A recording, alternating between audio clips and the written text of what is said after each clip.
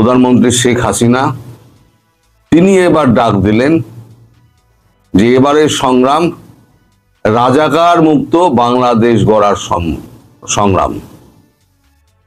আর কথাটা কাকে বলেছেন? কথাটা বলেছেন আমাদের বিদেশমন্ত্রী ডক্টর এস জয়শঙ্করকে। গতকাল ডক্টর এস জয়শঙ্কর প্রধানমন্ত্রীর সঙ্গে দেখা করেন। তিনি একদিন রাশিয়ায় ছিলেন, তারপরে তার আপনাদের ওই ক্যাঙ্গারু কোর্ট তার যে আদেশ দেন, ফাঁসির আদেশ, সেটা নিয়ে একটু হালকা হাসি মশকরা দুজনেই করেছেন, যেমন এস জয়শঙ্কর তেমনি আপনাদের নেত্রী। ব্যাপারটা উনি গায়ে মাখেননি এবং ভারতবর্ষও গায়ে মাখেনি। কূটনৈতিক চালে এদের কাত করে দেওয়ার মতো যথেষ্ট শক্তিশালী প্রমাণ ভারতবর্ষ হাতে রেখে দিয়েছে। সেগুলো নিয়ে প্রধানমন্ত্রী শেখ হাসিনার সঙ্গে জয়শঙ্করের দীর্ঘক্ষণ কথা হয়। এখন আপনাদের মনে আর একটা প্রশ্ন জাগতে পারে, এর বেশি আমার কাছে এই খবরটা আমার কাছে নেই।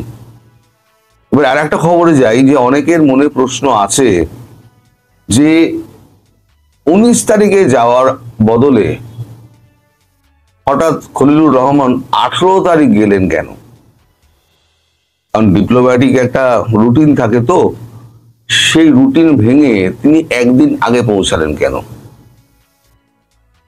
তো খবর যেটা পাওয়া যাচ্ছে বিদেশ মন্ত্রক মারফত, সেটা হচ্ছে ওনাকে ইউনুস পাঠিয়েছিলেন, ডক্টর মোহাম্মদ ইউনুস তিনি পাঠিয়েছিলেন। ইউনুসের আসলে ধান্দা ছিল যে এই যে সিকিউরিটি কনক্লেভ আছে, কলম্বো সিকিউরিটি কনক্লেভ, উদ্বোধনী ভাষণটা তিনি দেবেন। আচ্ছা ভাবুন, এটা হচ্ছে কি একটা মানে এনএসএ দের একটা কনফারেন্স, সেখানে খলিলুরকে জোর করে পাঠানো হয়েছে যে আপনি গিয়ে রাজি করান, যেমন বিমস্টেকে আপনি রাজি করিয়েছিলেন, অসাধ্য সাধন করেছিলেন প্রধানমন্ত্রী নরেন্দ্র মোদীর সঙ্গে আমার পাশাপাশি বসার যে ব্যবস্থা আপনি করেছিলেন, আপনি একমাত্র পারবেন এইটা করতে। খুব গ্যাস ট্যাস খাইয়েছে। এখন নিমরাজি, এখন খলিলুর রহমান তো গেছেন, এখন বলবেন কাকে? উনি তখন এক প্রোটোকল অফিসার আছে যার সঙ্গে বিমস্টেকে তার আলাপ টালাপ হয়েছিল, মানুষটা ভালো বলে খলিলুর রহমান তাকে বিচার করে রাখি। তাকে এটা বলেছিলেন, এই প্রস্তাবটা দিয়েছিলেন যে আমাদের উপদেষ্টা মহাশয়, প্রধান উপদেষ্টা মহাশয়, তিনি এটা একটা উদ্বোধনী ভাষণ দেবেন, আপনি একটু ব্যবস্থা করে দিন। তার উত্তরে সেই প্রোটোকল অফিসার, আমি নাম নেব না, তিনি বিপদে পড়তে পারেন, কারণ তিনি খবরটা দিয়েছেন, তিনি বিপদে পড়ুন, আমি এটা চাই না। তার উত্তরে তিনি বলেন, এইটা যদি আমি বলি আমার চাকরি চলে যাবে, আর আপনি যদি এই কথাটা উচ্চারণ করেন তাহলে আপনার ভবিষ্যৎ কি হবে সেটা আমি বলতে পারবো না।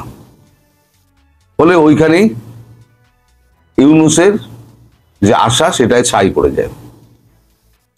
ইউনুস কত বড় ধুরন্ধর ভাবুন, যেখানে যেখানে পারবে সেখানে সেখানে গিয়ে হাত মারবে। একটা যদি ছবি তোলা যায়, একটা যদি শীর্ষ নেতাদের সঙ্গে একটা যদি তার একটা গ্রুপ পিকচার হয়, তার জন্য তিনি যে কোনো সম্মেলন যত নিচের দিকেই হোক না কেন, যেখানে কোনো রাষ্ট্রনেতা উপস্থিত হয় না, সেখানেও উনি যেতে রাজি। মানে নির্লজ্জতার সীমাহীন জায়গায় পৌঁছে গেছেন উনি। আচ্ছা, এবার প্রশ্ন করা হয় খলিলুরকে যে আপনি এতবার সরি বললেন কেন? Sorry, we are very sorry. Khalilur বলেছেন যে এর পরে যেটা বাংলা ভাষায় বলতে হয় সেটা হচ্ছে আমাদের মাফ করে দিন। তখন সেই ডিপ্লোম্যাট জিজ্ঞেস করেছেন প্রোটোকল অফিসার যে আপনি এই কথাটা বলছেন কেন? বলছে মশাই 277 পৃষ্ঠা যে আমায় কাগজ ধরানো হয়েছে, তার সঙ্গে যে সমস্ত স্যাটেলাইট ছবি তার সঙ্গে জুড়ে দেওয়া হয়েছে, বাংলাদেশের পক্ষে এর সপক্ষে কোনো উত্তর বাংলাদেশের কাছে নেই। ফলে ওই মাপ চাওয়া ছাড়া, আমাদের এবারে মাফ করে দিন, এটা বলা ছাড়া আর কোনো উপায় ছিল না। সেটাই এই ভদ্র ভাষায় বলেছি, we are sorry, very very sorry. মাফ করবেন, আমার এই ঠান্ডা গরমে না আমার এই গলাটা একটু বসে গিয়েছে, যার জন্য মাঝে মাঝে কাশি আসছে, আমি সামলাতে পারছি না। আপনারা একটু মাফ করে দেবেন আমার। আর তারপরে এই যে আপনাদের দেশে ভুটানের রাজা গেছিলেন, ভুটানের রাজাকে তো দারুণ আপ্যায়ন আপনারা করেছেন। মোহাম্মদ ইউনূস স্বয়ং গিয়ে তাকে আপ্যায়ন করে নিয়ে এসছেন, একেবারে প্লেন থেকে নামিয়ে, খুব খাতির যত্ন করে। কিন্তু তিনি একটা গভীর এবং গুরুত্বপূর্ণ মেসেজ পাঠিয়েছেন, যে মেসেজটা নরেন্দ্র মোদী তার ভুটান সফরের, তার বাংলাদেশ সফরের আগে, মানে ভুটানের রাজার বাংলাদেশ সফরের আগে 13 তারিখ গিয়ে আমাদের প্রধানমন্ত্রী নরেন্দ্র মোদী 13 তারিখে ভুটান গেছিলেন। সেখান থেকে যখন গাড়ি বিস্ফোরণ হয় তখন তারপর দিনই উনি ভুটান থেকে ফিরে আসেন, বা সেই দিন রাত্রিরে হয়তো ফিরে আসেন। তো ওই সময়তে মোদী কিছু বার্তা দিয়েছিলেন, যে আপনি তো বাংলাদেশ সফরে যাচ্ছেন, তো আপনি আমাদের পার্শ্ববর্তী দেশ, আপনার সুরক্ষা ভারতবর্ষের সুরক্ষার সঙ্গে জড়িত, সুতরাং আপনি এই কথাগুলো আপনি ভালো করে ডক্টর ইউনূসের মাথায় ঢুকিয়ে দিয়ে আসবেন, যে কি হলে কি হতে পারে, আর বাংলাদেশটাকে সংকটময় অবস্থার দিকে না ঠেলে ভারতবর্ষ যেটা চাইছে, সুন্দর স্থিতিশীল একটা ব্যবস্থা, সেইটা করার জন্য।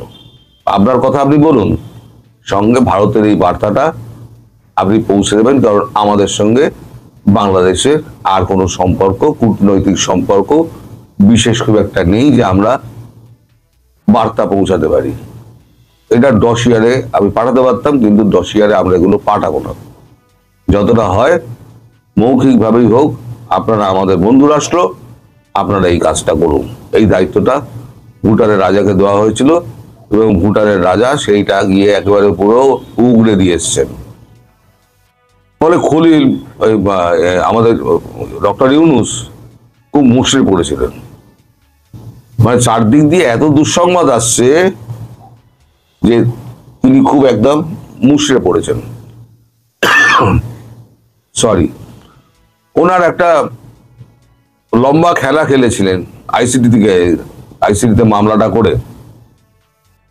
সেই মামলায় শেখ হাসিনাকে ফাঁসি কাস্টে ঝোলানোর ব্যবস্থা করে সেটা যে বুমেরাং হয়ে যাবে, সেটা ডক্টর ইউনূস মোটা মাথার বুদ্ধি, তো সুদের বুদ্ধি করতে করতে, সুদের নীতিতে, সুদের ব্যবসাটাই বোঝে, কূটনীতি তো বোঝে না, রাজনীতিও বোঝে না, যে এটা কত বড় বুমেরাং হতে পারে। এখন বাংলাদেশের মানুষের যে জনমত ছিল, কিছুটা হলো বিএনপি, জামাত এবং ইউনূসের এনসিপি বা ইউনূসের উপরে যে আস্থাটা ছিল, সেই আস্থাটা একদম সরে গেছে। এখন তারা বুঝতে পারছে 16 বছরে যে শেখ হাসিনা দেশটাকে কোথায় পৌঁছে দিয়েছেন, আর 16 মাসে এই ইউনূস সরকার এবং তার সাঙ্গপাঙ্গরা দেশটাকে কোথায় নামিয়ে এনেছে। তাদের কাছে জলের মতো পরিষ্কার। মানুষকে ভুল বোঝানো যায় না। আপনি একদিন ভুল বোঝাবেন, দুদিন ভুল বোঝাবেন। ইন্দিরা গান্ধী একটা কথা বলেছিলেন, মানুষকে একদিন ভুল বোঝানো যায়, দুদিন ভুল বোঝানো যায়, কিন্তু কোনো মানুষকে চিরদিনের জন্য ভুল বোঝানো যায় না। ফলে যা বলবে সত্যি কথা বলবে। এমার্জেন্সি তুলে দিয়ে উনি সত্যি কথাটা বলেছিলেন, যে আমি অন্যায় করেছিলাম, আমি এই অন্যায়ের জন্য আপনাদের কাছে আমি ক্ষমা চাইছি, দেশবাসীর কাছে ক্ষমা চাইছি। দেশবাসী কিন্তু ক্ষমা করেছিলেন। ইন্দিরা গান্ধী তারপরের ভোটে বিপুল জয় নিয়ে চলে আসেন। কারণ মানুষ ভুল করে, মানুষ মাত্রই ভুল করে, কিন্তু ইউনূসের তো সেই চিন্তা নেই ভুল শোধরাবার কোন রকম ইচ্ছা ইউনূসের নেই, আর নিজেকে রেকটিফাই করার মতো অবস্থাও এখন ইউনূসের হাতে নেই।